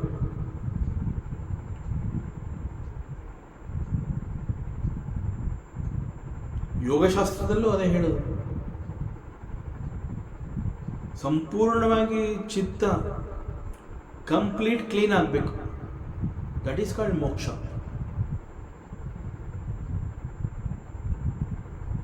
ಸೊ ವಾಸನಾರಾಶಿಯನ್ನು ಕ್ಷಯ ಮಾಡ್ಕೊಳ್ಳೋದಕ್ಕಾಗಿ ನಾವು ಜನ್ಮವನ್ನು ಪಡ್ಕೊಂಡು ಬಂದಿದ್ದೀವಿ. So it is an opportunity. So make use of this opportunity. ಆದ್ದರಿಂದ ಈ ಎಲ್ಲ ಸಂದರ್ಭಗಳಲ್ಲೂ ಅಂತಂದರೆ ಬೌದ್ಧಿಕ ಮಟ್ಟದಲ್ಲಿ, ಮಾನಸಿಕ ಮಟ್ಟದಲ್ಲಿ, ಶಾರೀರಿಕ ಮಟ್ಟದಲ್ಲಿ ಆಗುವಂತಹ ಈ ಎಲ್ಲ ಅನುಭವಗಳ ಸಂದರ್ಭದಲ್ಲೂ ಕೂಡ ಸಮೀಕೃತ್ವ. ಸೊ ದಿಸ್ ಸಮೀಕೃತ್ವ ಪದ ಈಸ್ ಸಮಚಿತ್ತತೆ. ಪರಮಾತ್ಮ ಅದನ್ನು ಹೇಳ್ತಾ ಇರುವಂಥದ್ದು. ಸಮಚಿತ್ತತೆಯನ್ನು ನೀನು ಕಾಪಾಡ್ಕೋಬೇಕು. ಸೊ ಈ ಶ್ಲೋಕ ಮತ್ತು ಈ ಸಂದರ್ಭ ಮುಂದೆ ಪರಮಾತ್ಮ ಅರ್ಜುನನಿಗೆ ಕರ್ಮಯೋಗದ ಉಪದೇಶವನ್ನು ಕೂಡ ಕೊಡ್ತಾನೆ ಅನ್ನೋದಕ್ಕೆ ಸೂಚನೆ ಅಂತ ಇದು ಕಂಡು ಬಂದಿದೆ. ಸೊ ಮುಂದೆ ಕರ್ಮಯೋಗದ ಅನೇಕ ಉಪದೇಶಗಳು ಅರ್ಜುನನಿಗೆ ಸಿಗೋದಕ್ಕೆ ಇದು ನಾಂದಿಯನ್ನು ಹಾಡುವಂತ ಈ ಸಂದರ್ಭದಲ್ಲಿ ಇಲ್ಲಿ ಉಪದೇಶವನ್ನು ಮಾಡ್ತಾ ಇದ್ದಾನೆ ಪರಮಾತ್ಮ. ಸೊ ಅರ್ಜುನನು ಯುದ್ಧವನ್ನು ಮಾಡಲೇಬೇಕು, ಬಿಕಾಸ್ ಇಟ್ ಈಸ್ ಇಸ್ ಕರ್ತವ್ಯ ಆಸ್ ಎ ಕ್ಷತ್ರಿಯ. ಅವನು he has to fight the war. So Arjuna ಇಲ್ಲಿ ಯುದ್ಧವನ್ನು ಮಾಡಲೇಬೇಕು. ಸೊ ಯುದ್ಧವನ್ನು ಹೇಗೆ ಮಾಡಬೇಕು ಅನ್ನೋದನ್ನು ಇಲ್ಲಿ ಪರಮಾತ್ಮ ಬಹಳ ಸ್ಪಷ್ಟವಾಗಿ ಇಲ್ಲಿ ತಿಳಿಸಿದ್ದಾನೆ. ಸಮಯಕೃತ್ವ ಅನ್ನುವಂತಹದ್ದು ಹೀಗೆ, ಯಾವ ಮನಸ್ಸಿನೊಂದಿಗೆ ನೀನು ಯುದ್ಧವನ್ನು ಮಾಡಬೇಕು ಅನ್ನುವಂತಹದ್ದನ್ನು ಪರಮಾತ್ಮ ಇಲ್ಲಿ ತಿಳಿಸಿರುವಂತಹದ್ದು. ಅಂಡ್ ದಿಸ್ ಈಸ್ ಕಾಲ್ಡ್ ಜೀವನ ಧರ್ಮ. ಪರಮಾತ್ಮ ಇಲ್ಲಿ ಏನು ಉಪದೇಶವನ್ನು ಮಾಡ್ತಾ ಇದ್ದಾನೆ, ಅರ್ಜುನನಿಗೆ ಯುದ್ಧವನ್ನು ಮಾಡು ಅನ್ನುವಂತೆ ಅವನ ಕರ್ತವ್ಯವನ್ನು ನೆನಪು ಮಾಡ್ತಾ ಇದ್ದಾನೆ. ಜೊತೆಗೆ ಇಡೀ ಮಾನವ ಕುಲಕ್ಕೆ ಜೀವನ ಧರ್ಮವನ್ನು ಅವನು ಪರಮಾತ್ಮ ಈ ಸಂದರ್ಭದಲ್ಲಿ ಬೋಧನೆಯನ್ನು ಮಾಡ್ತಾ ಇದ್ದಾನೆ. ಸೊ ಒಂದು ಕಡೆ ಅರ್ಜುನನಿಗೆ ನೇರವಾಗಿ ನೀನು ಯುದ್ಧವನ್ನು ಮಾಡಬೇಕು, ಮಾಡುವಂತಹ ಸಂದರ್ಭದಲ್ಲಿ ನೀನು ಹೇಗಿರಬೇಕು ಅನ್ನುವಂತಹದ್ದು ಅರ್ಜುನನಿಗೆ ಸಿಗ್ತಾ ಇರುವಂತಹ ಉಪದೇಶ. ಅಂಡ್ ಇಡೀ ಮಾನವ ಕುಲಕ್ಕೆ ಪರಮಾತ್ಮ ಇಲ್ಲಿ ಜೀವನ ಧರ್ಮವನ್ನು ಬೋಧನೆ ಮಾಡ್ತಾ ಇದ್ದಾನೆ. So he is Jagadguru Shrikrishna. That is why he is called Jagadguru.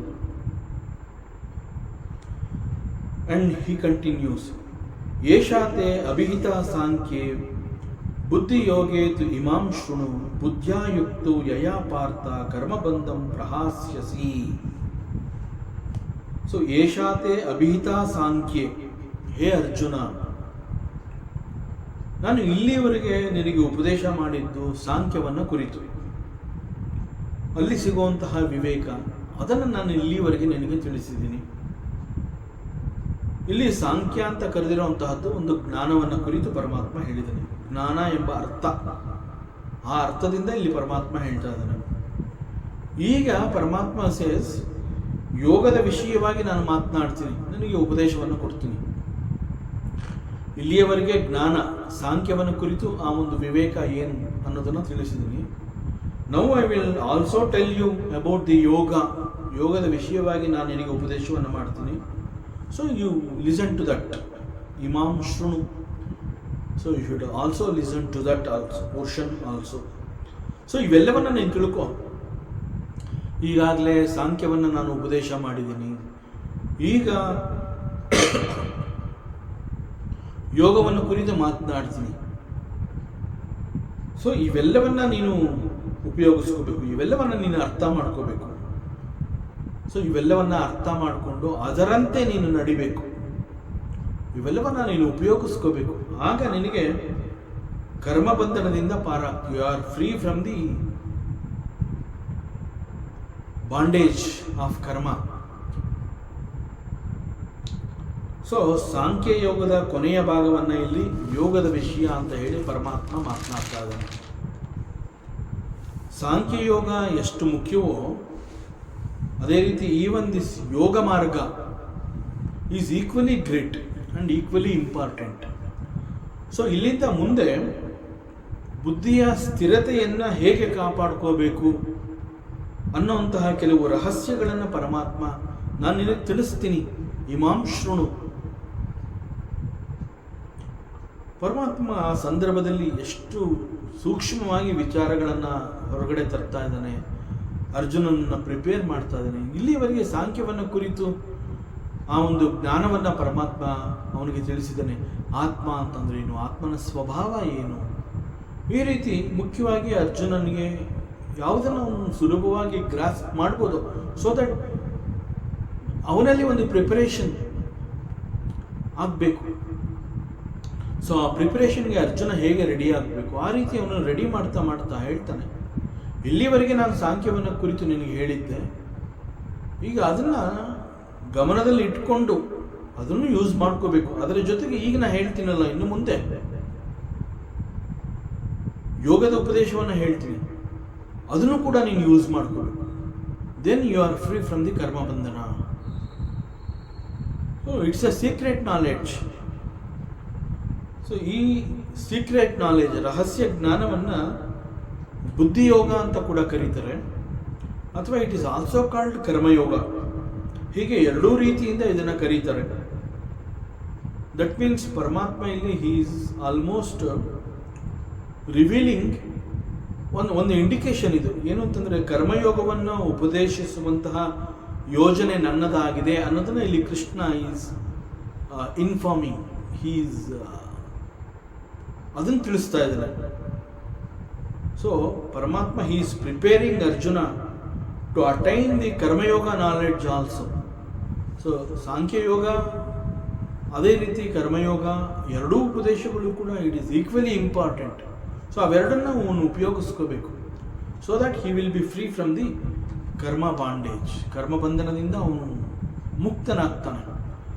So ಅದನ್ನು ಕುರಿತು ಇಲ್ಲಿ ಪರಮಾತ್ಮ ಈಸ್ ಇಂಡಿಕೇಟಿಂಗ್, ನಾನು ಕರ್ಮಯೋಗವನ್ನು ನಾನು ಕೂಡ ನಿನಗೆ ತಿಳಿಸುವಂತಹ ಯೋಜನೆ ನನ್ನಲ್ಲಿದೆ.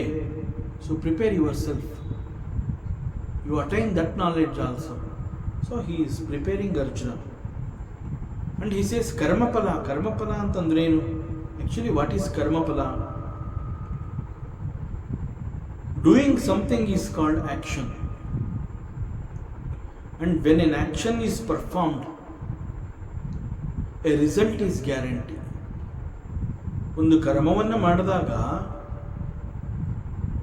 ಕರ್ಮದ ಮೂಲಕ ಒಂದು ಫಲ ಅನ್ನುವಂತಹದ್ದು ಈಸ್ ನಿಶ್ಚಿತ, ಇಟ್ ಈಸ್ ಗ್ಯಾರಂಟಿ. ಅದು ಎಷ್ಟು ನಿಶ್ಚಿತ ಅಂತಂದ್ರೆ, in fact the result is already almost attached to that action. ಆ ಒಂದು ಕರ್ಮದ ಜೊತೆಯಲ್ಲಿ ಅಲ್ಲಿ ಇಟ್ ಈಸ್ ದೇರ್, ದಟ್ ಫಲ is there in the karma itself. ಈ ಪ್ರಕಾರ ಯಾವುದೇ ಒಂದು ಕರ್ಮವನ್ನು ಮಾಡಿದಾಗ ಅಲ್ಲಿ ಫಲ ಅನ್ನುವಂತಹದ್ದು ನಿಶ್ಚಿತ. ಆ ಕರ್ಮಫಲ ಯಾರಿಗೆ? ಒಂದು ಕರ್ಮವನ್ನು ಮಾಡಿದಾಗ ದಟ್ ಫಲ ಈಸ್ ಆಲ್ಮೋಸ್ಟ್ ಅಟ್ಯಾಚ್ಡ್ ದೇರ್ ಅಂತ ಹೇಳಿದ್ದಾನೆ ಪರಮಾತ್ಮ. ಆ್ಯಂಡ್ ಫಲ ಈಸ್ ಫಾರ್ ಹೂಮ್? ಯಾರು ಕರ್ಮವನ್ನು ಮಾಡ್ತಾನೆ ಅವನಿಗೆ ಆ ಫಲ ಅಂತಂದ್ರೆ ಕರ್ತೃ. ಸೊ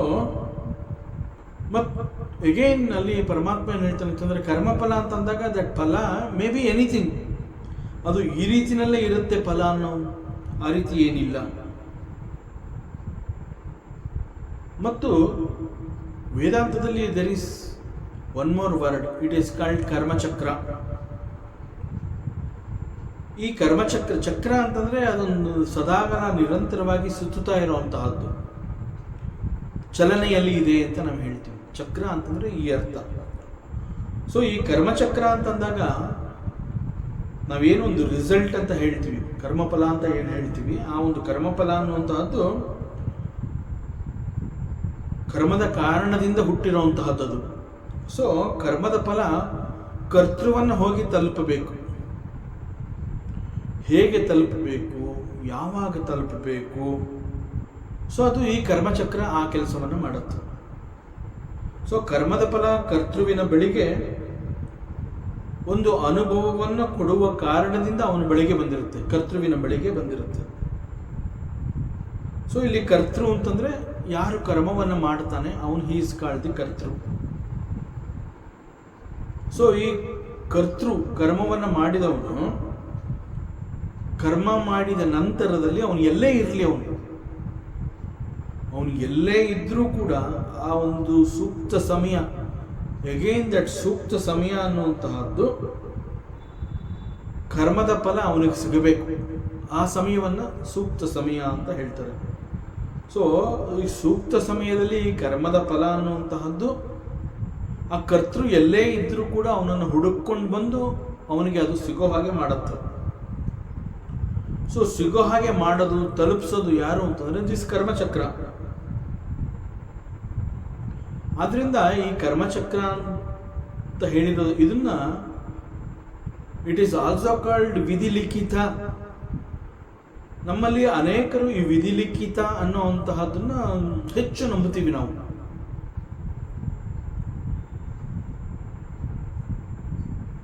ಸೊ ಈ ವಿಧಿಲಿಖಿತವನ್ನು ಒಪ್ಕೊಳ್ಳುವಂತಹದ್ದು ದೊಡ್ಡದಲ್ಲ. ಅದನ್ನು ವಿ ಹ್ಯಾವ್ ಟು ಅಂಡರ್ಸ್ಟ್ಯಾಂಡ್. ಹಣೆಯಲ್ಲಿ ಬರೆದಿದೆ, ಹಣೆಯಲ್ಲಿ ಬರೆದಿದೆ ಅಂತ ಅಂದ್ಬಿಟ್ಟು ನಾವು ಸುಮ್ಮನೆ ಅದನ್ನು ಒಪ್ಕೊಳ್ಳುವಂತಹದ್ದು ದೊಡ್ಡದಲ್ಲ.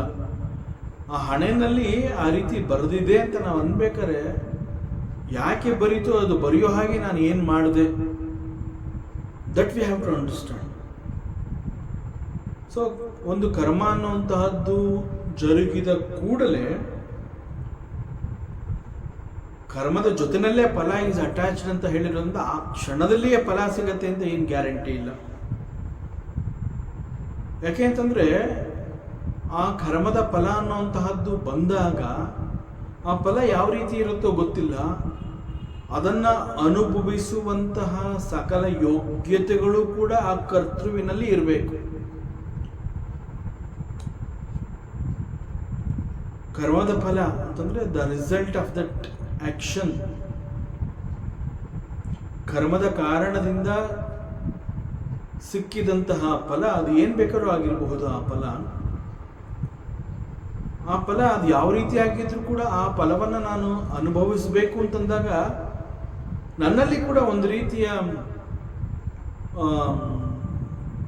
ಪ್ರಿಪೇರ್ಡ್ನೆಸ್ ಇರಬೇಕು. ಹೇಗೆ ಅಂತಂದ್ರೆ ಅದನ್ನು ಅನುಭವಿಸಬೇಕು ಅಂತಂದಾಗ ಮಾನಸಿಕ ಮಟ್ಟದಲ್ಲಿ, ಬೌದ್ಧಿಕ ಮಟ್ಟದಲ್ಲಿ, ಶಾರೀರಿಕ ಮಟ್ಟದಲ್ಲಿ ಆ ಕರ್ಮಫಲ ನನಗೆ ಅನುಭವವನ್ನು ಕೊಡ್ತಾ ಇದೆ ಅಂತಂದಾಗ ಆ ಅನುಭವ ನಾನು ಅರ್ಥ ಮಾಡಿಕೊಳ್ಳೋ ಮಟ್ಟದಲ್ಲಿ ನಾನು ರೆಡಿ ಇರಬೇಕು. ಸೊ ಒಂದು ಕರ್ಮವನ್ನು ಮಾಡ್ತೀನಿ, ಒಂದು ಫಲ ಬರುತ್ತೆ, ಬಟ್ ನನ್ನಲ್ಲಿ ಆ ಫಲವನ್ನು ಅನುಭವಿಸುವಂತಹ ಯೋಗ್ಯತೆ ಇಲ್ಲ ಅಂತಂದ್ರೆ ಆ ಕ್ಷಣದಲ್ಲಿ ಆ ಫಲ ಬರೋದಿಲ್ಲ. ಸೊ ನಾನು ಆ ಯೋಗ್ಯತೆಯನ್ನು ಸಂಪಾದನೆ ಮಾಡ್ಕೊಳ್ಳೋದಕ್ಕೆ ಮತ್ತಷ್ಟು ಬೇರೆ ಬೇರೆ ರೀತಿಯ ಕರ್ಮಗಳನ್ನು ಮಾಡ್ತೀನಿ. ಆದರೆ ನನಗೆ ಗೊತ್ತಿಲ್ಲ, ಈಗಾಗಲೇ ಮಾಡಿರುವಂತಹ ಒಂದು ಕರ್ಮದ ಫಲವನ್ನು ಅನುಭವಿಸೋದಕ್ಕೆ ನಾನು ಸಿದ್ಧನಾಗಬೇಕು ಅಂತ ಹೇಳಿ ಈ ರೀತಿ ಕರ್ಮಗಳನ್ನು ಮಾಡ್ತಾ ಇದ್ದೀನಿ ಇನ್ನೊಂದು ನನಗೆ ಗೊತ್ತಿಲ್ಲ. ಒಟ್ಟಿನಲ್ಲಿ ನನ್ನ ಪ್ರಿಪೇರ್ ಮಾಡುತ್ತೆ. ಸೊ ದಟ್ ಈಸ್ ಕಾಲ್ಡ್ ಸೂಕ್ತ ಸಮಯ. ಸೊ ಆ ಸೂಕ್ತ ಸಮಯ ಅನ್ನುವಂತಹದ್ದು ಅನೇಕ ಸಂದರ್ಭಗಳಲ್ಲಿ ತಕ್ಷಣದಲ್ಲೇ ಬರಬಹುದು,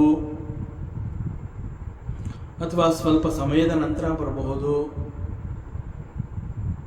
ಒಂದೆರಡು ತಿಂಗಳಾದ್ಮೇಲೆ ಬರಬಹುದು, ಒಂದೆರಡು ವರ್ಷವಾದ ಮೇಲೆ ಬರಬಹುದು, ಅಥವಾ ಮತ್ತೆ ಎಷ್ಟೋ ಜನ್ಮಗಳ ನಂತರದಲ್ಲಿ ಕೂಡ ಅದು ಬರಬಹುದು. ಸೊ ಸೂಕ್ತ ಸಮಯ ಅನ್ನುವಂತಹದ್ದು ಹೀಗೆ ಅನೇಕ ಅರ್ಥಗಳನ್ನು ಹೊಂದಿರುವಂತಹ ಪದ. ವೇದಾಂತದಲ್ಲಿ ಈ ಸಂದರ್ಭದಲ್ಲಿ ಬರುವಂತಹ ಸೂಕ್ತ ಸಮಯ ಅನ್ನೋದು ಹೀಗೆ ಅರ್ಥವನ್ನು ಕೊಡುತ್ತೆ. ಎಷ್ಟೋ ಸಂದರ್ಭಗಳಲ್ಲಿ ನಾವು ನಮ್ಮ ಜೊತೆ ನಾವೇ ಮಾತನಾಡ್ಕೋತೀವಿ. ನಾನು ಏನು ತಪ್ಪು ಮಾಡಿದ್ದೀನಿ ಅಂತ ನನಗೆ ಈ ರೀತಿ ಶಿಕ್ಷೆ ಆಗ್ತಾ ಇದೆ, ಇಂತಹ ನೋವನ್ನು ನಾನು ಅನುಭವಿಸ್ತಾ ಇದ್ದೀನಿ, ನಾನೇನು ಮಾಡೇ ಇಲ್ಲ, ನನ್ನ ಪಾಡಿಗೆ ನಾನಿದ್ದೆ ಅಲ್ವಾ, ನನ್ನ ಪಾಡಿಗೆ ನಾನಿದ್ದೆ. ರಸ್ತೆನಲ್ಲಿ ನಾವು ಒಂದು ಸೈಡಲ್ಲಿ ಇರ್ತೀವಿ, ನಾವು ಇರೋ ಜಾಗಕ್ಕೆ ಬಂದು ಒಂದು ವೆಹಿಕಲ್ ನಮಗೆ ಗುದ್ದದ್ದು. ಆಗ ನಾವು ಹೇಳ್ತೀವಿ, ನನ್ನ ಪಾಡಿಗೆ ನಾನು ಕೂತಿದ್ದೆ ಒಂದು ಕಡೆ ಪೇಪರ್ ಓದ್ತಾ ಇದ್ದೆ ಅಲ್ಲಿ ಟೀ ಅಂಗಡಿನಲ್ಲಿ, ಅವನೇ ರಾಂಗ್ ಸೈಡಿಂದ ಬಂದು ನನಗೆ ಹೊಡೆದ್ಬಿಟ್ಟ. ಸೊ ನಾನು ಏನೂ ಮಾಡಲಿಲ್ಲ. ಸೊ ನಾನು ಏನೂ ಮಾಡಲಿಲ್ಲ ಅಂತಂದಮೇಲೆ ಈಗ ಯಾಕೆ ಇಂತಹ ನೋವು ನನಗೆ ಬರಬೇಕಾಯಿತು? ಇಂತಹ ಪ್ರಶ್ನೆ ನಮ್ಮಲ್ಲಿ ಬರ್ತಾನೆ ಇರುತ್ತವೆ. ಅಂಡ್ ಅಂತಹ ಪ್ರಶ್ನೆಗಳಿಗೆ ನಾವು ಉತ್ತರವನ್ನು ನಾವು ಕೊಟ್ಕೊಳ್ಳೋದಕ್ಕಾಗೋದಿಲ್ಲ. ನಾವೇ ಪ್ರಶ್ನೆ ಮಾಡ್ಕೋತೀವಿ, ಬಟ್ ನಮಗೆ ಉತ್ತರ ಸಿಗೋದಿಲ್ಲ. ಬೇರೆ ಯಾರು ಉತ್ತರ ಕೊಟ್ಟರೆ ನಾವು ಕನ್ವಿನ್ಸ್ ಕೂಡ ಆಗೋದಿಲ್ಲ. Because we just cannot accept certain truths. So ಅದರಿಂದ ಇಲ್ಲಿ ಕರ್ಮಫಲ ಅಂತ ಹೇಳಿದಾಗ ಅದು ಯಾವುದೇ ರೀತಿಯಾದಂತಹ ಫಲ ಆಗಿದ್ರೂ ಕೂಡ ಜನರಲ್ ಆಗಿ ಇದನ್ನ ಏನಂತ ಕರೀತಾರೆ ಅಂತಂದ್ರೆ the judgement of the nature.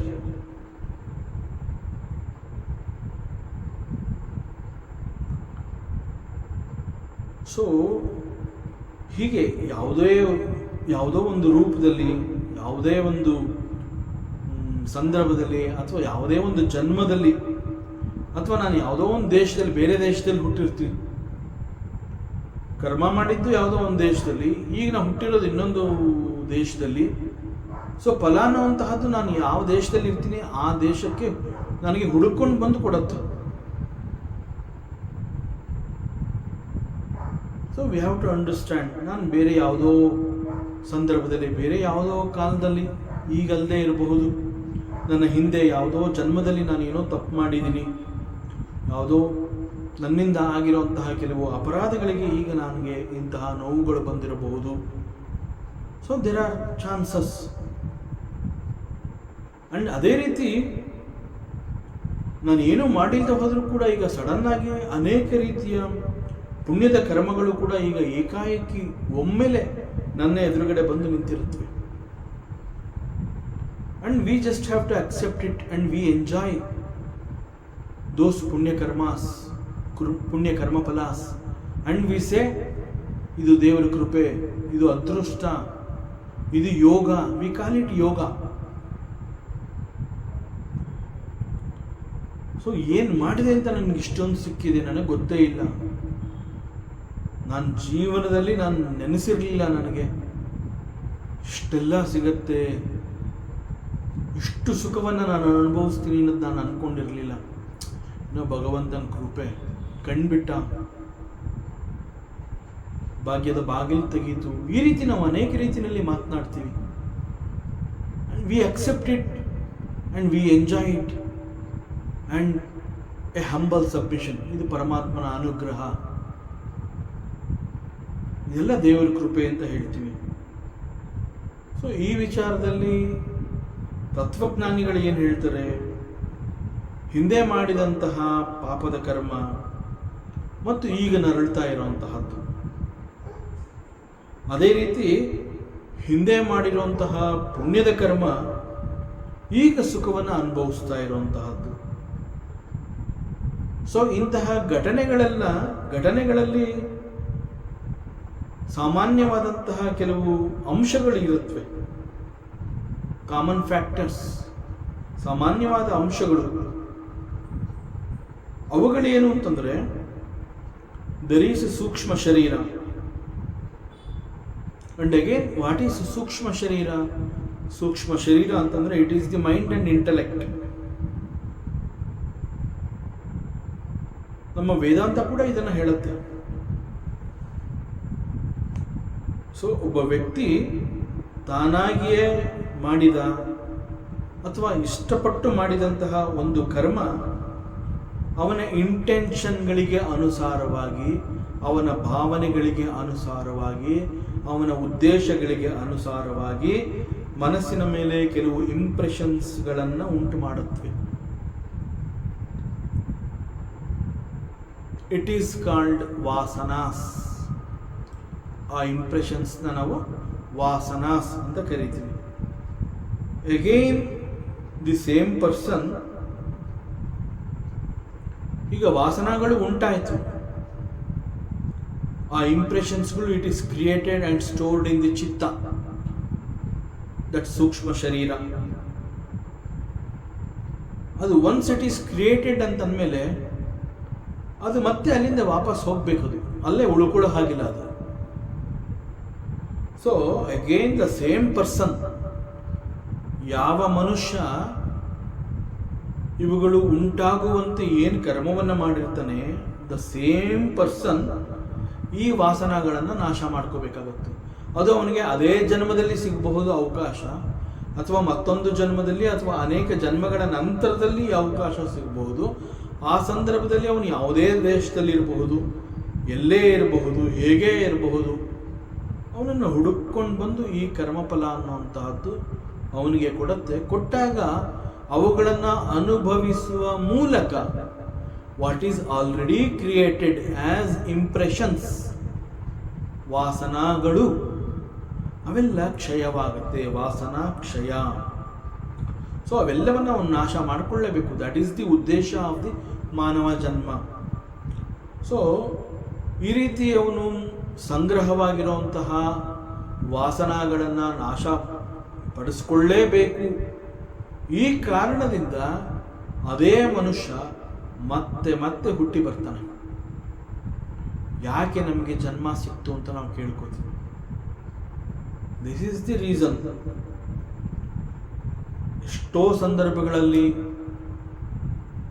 ನಾವು ನೋವು, ಸಂಕಟಗಳನ್ನು, ದುಃಖವನ್ನು ನಮಗೆ ತಡ್ಕೊಳ್ಳೋಕ್ಕಾಗದೆ ನಾವು ಕಣ್ಣೀರು ಸುರಿಸ್ತಾ ನಾವು ಅಳ್ತೀವಿ, ಕೇಳ್ಕೊತೀವಿ. ಇನ್ಫ್ಯಾಕ್ಟ್ ವೇದಾಂತ ಎಷ್ಟು ನಮಗೆ ಸಂತೈಸುತ್ತೆ, ಎಷ್ಟು ಧೈರ್ಯವನ್ನು ಕೊಡುತ್ತೆ ಅಂತಂದರೆ, ಈವನ್ ನಿನ್ನ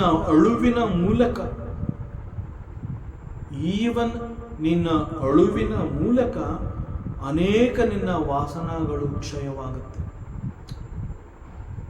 ಅಳಲೇಬೇಕಾದಂತಹ ಪರಿಸ್ಥಿತಿ ಇದು. ನೀ ಅಳ್ತಾ ಇದೆಯಾ, ಅಳುವ ಮೂಲಕ ನೀನು ಸಂಗ್ರಹ ಮಾಡಿಟ್ಕೊಂಡಂತಹ ಆ ವಾಸನಗಳು ನಾಶವಾಗ್ತವೆ. It's over. ನಿನ್ನ ಅಳು ಮುಗಿತಾ ಇದ್ದಾಗೆ to that extent you are free. ಎಷ್ಟೋ ನಿನ್ನ ಚಿತ್ತದಲ್ಲಿತ್ತು, ಅವುಗಳಲ್ಲಿ ಟು ದಟ್ ಎಕ್ಸ್ಟೆಂಟ್ ಆ ವಾಸನಗಳು ನಾಶ ಆಗಿದೆ. ಸೊ ಸಾಮಾನ್ಯವಾಗಿ ಒಬ್ಬ ಮನುಷ್ಯ ಅಳುವಂತಹ ಸಮಯ ಅವನಿಗೆ ಯಾಕೆ ಬರುತ್ತೆ ಅಂತಂದರೆ, ಟು ದಟ್ ಎಕ್ಸ್ಟೆಂಟ್ ಆ ಮನುಷ್ಯನ ಪಾಪಿ ಮನಸ್ಸಿನ ಒತ್ತಡ ಅವನನ್ನು ಅಳುವಂತೆ ಮಾಡಿರುತ್ತೆ. ಸೊ ಈ ವಾಸನೆಗಳು ಯಾಕೆ ಉಂಟಾಗತ್ತೆ? Why certain impressions are created in the chitta? It is because of the ahankara. ಎಲ್ಲ ಅಲ್ಲಲ್ಲೇ ಸುತ್ತುತ್ತಾ ಇರುತ್ತೆ, ಅಲ್ಲಲ್ಲೇ ಇರುತ್ತೆ. Question and answers are there only. So ನಮ್ಮಲ್ಲಿರುವಂತಹ ಅಹಂಕಾರ ಹೊರ ಪ್ರಪಂಚವನ್ನು ಸಂಪರ್ಕಿಸುತ್ತೆ. Then automatically certain karmas will also happen, and through those karmas the impressions are created in the chitta. So ಇಲ್ಲಿ ಮುಖ್ಯವಾಗಿ ನಾವು ಗಮನಿಸಬೇಕಾಗಿರುವಂತಹದ್ದೇನು ಅಂತಂದರೆ, ವಿ ಬಿಕಮ್ ದಿ ಡೂವರ್. ಕರ್ಮವನ್ನು ಮಾಡುವ ಮೂಲಕ ನಾನು ಕರ್ತೃ ಅಂತ ಅನ್ನಿಸ್ಕೋತೀನಿ. ಸೊ ಈ ಡೂವರ್, ಈ ಕರ್ತೃ ಹೇಗೆ ಹುಟ್ಟುಕೊಂಡ? By performing action. ಕರ್ಮವನ್ನು ಮಾಡುವ ಮೂಲಕ ಹಿ ಬಿಕಮ್ಸ್ ಕರ್ತೃ. A doer is Born. Since he is a doer, he alone becomes the enjoyer.